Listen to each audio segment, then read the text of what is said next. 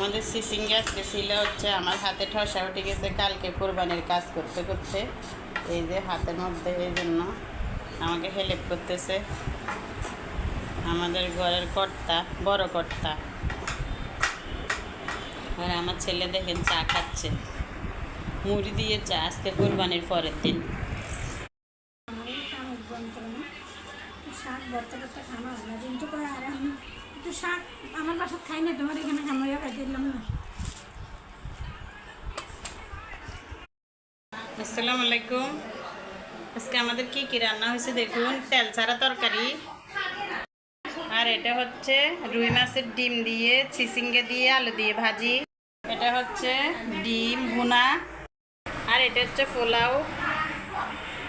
এটা হচ্ছে মাছ ভাজা। আমাদের মেহমান আসছে, আমার ছোট বোনের জামাই। আর এখন নিয়ে খাওয়া হচ্ছে শুটকির তরকারি। দেখলে আমরা পাগল হয়ে যাই খাওয়ার জন্য তেল ছাড়া।